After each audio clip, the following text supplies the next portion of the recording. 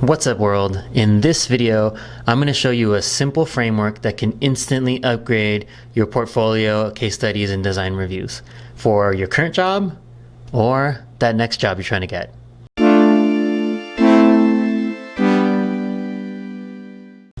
Hey everyone, my name is Rico Nasol. I am a creative executive, an entrepreneur, and a leadership coach. In this video, I'm going to show you how to destroy your next design portfolio review using this simple 5-step framework.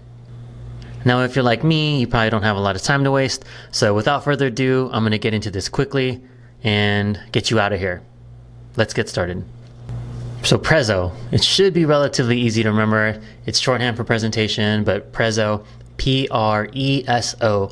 So what that stands for is problem, research, exploration, solution, and outcomes. It's a really simple framework, so if you keep this in mind whenever you're putting together presentations or anything like that, especially with your design reviews, you should have an easy time, you should kill it.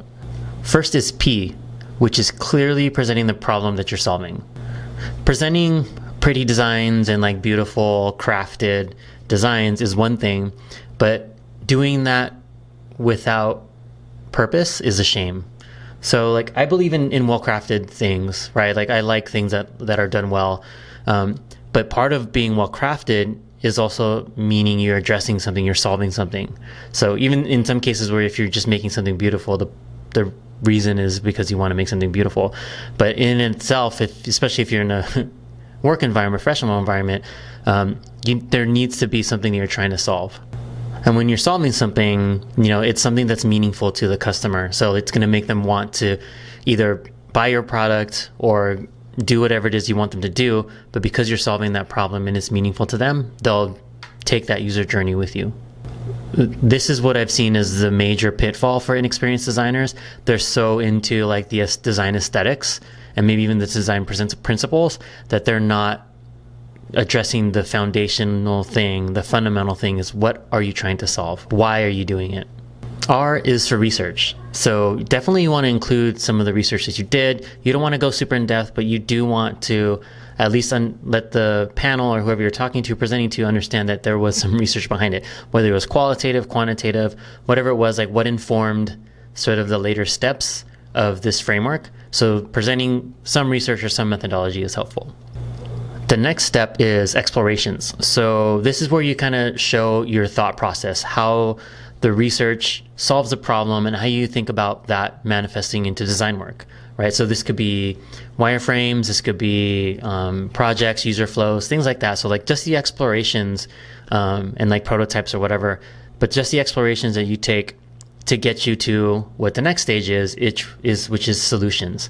So for a designer, for a creative, this is the most important part. Spend most of your time here. Most of your slides, spend it here. This is where all the well-crafted, beautiful things come, but only if you set it up well. So here are your solutions, right? This is the most visual part of your presentation. Hopefully you've addressed problem, research, explorations in a couple slides. And here now you can speak specifically to the design decisions that you made that crafted this solution.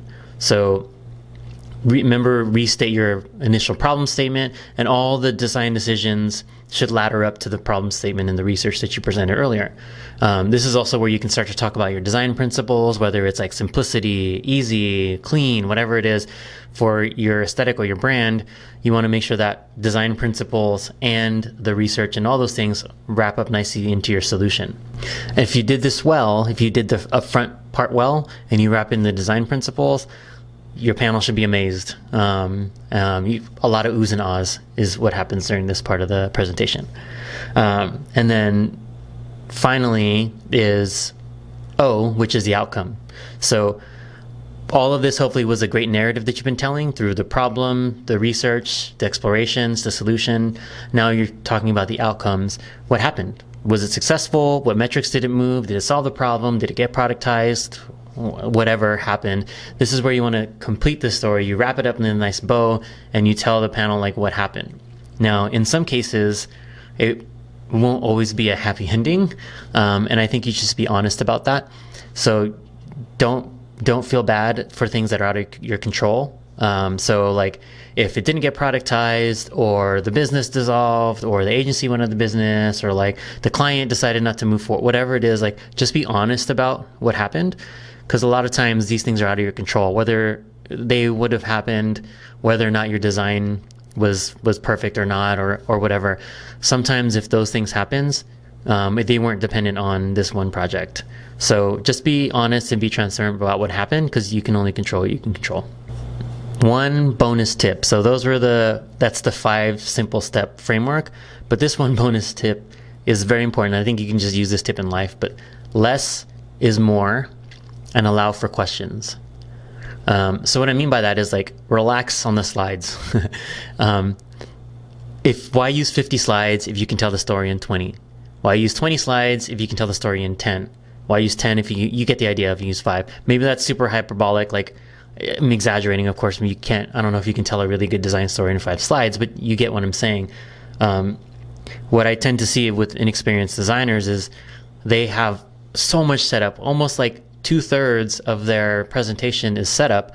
I'm like, you're a designer, you're not a researcher, you're not a PM, you're not these things, right? So it's important to have that, but like that's not the bulk of your presentation. So present some of that stuff and then allow for questions. Like if they want to go deep on those things, allow for questions later. So we'll use a research example that I had earlier where, you can say like, oh, it's qualitative, and these are the things that we did. So they know, okay, so it was like focus group probably, and like this is what the results of it. If they really, really wanted to dig deeper, and maybe they did because you need to do research work in this role, you can get into it later. But up front to go like, oh, out of a 150 person cohort, we divided them into 7 segments, and in these segments we asked these 5 questions, blah, blah, blah. If you spend like 15 minutes just talking about that methodology, you're not going to have time to go through your design work.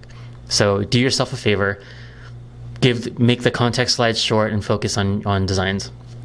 And then when in doubt, while you're building your presentation, ask yourself, is it absolutely crucial for my panel or reviewer, whoever, to have this piece of information? If the answer is no, throw it out. If the answer is maybe, throw it out. Maybe don't throw it out, but consider throwing it out. And if it's yes, then put it in. You can always throw things in the appendix, but I also make sure don't treat your appendix like a graveyard. They're going to look at the appendix. So if there's something you don't want anyone to see, take it out completely. So if you stick to this simple 5-step framework, your portfolio should improve vastly, quickly. You could probably deploy this in an interview you have tomorrow if you really needed to. Your career and your future employers will thank you for the brevity and the formatting and like the ease in which they could follow you through your presentation. So remember, problem, research, explorations, solution, outcome, Prezzo. If you can do this, you'll be killing your reviews in no time. If you want me to review some of your designs or go through your portfolio, if you want to practice or anything like that, hit me up. I do it all the time for clients. If you want me to just like look at your work, you can send it on over. If you have questions or thoughts and you don't want to reach out to me, you can definitely put it in the comments below. Subscribe if you want more videos like this. Also, if you have suggestions, let me know. And I will see you next time.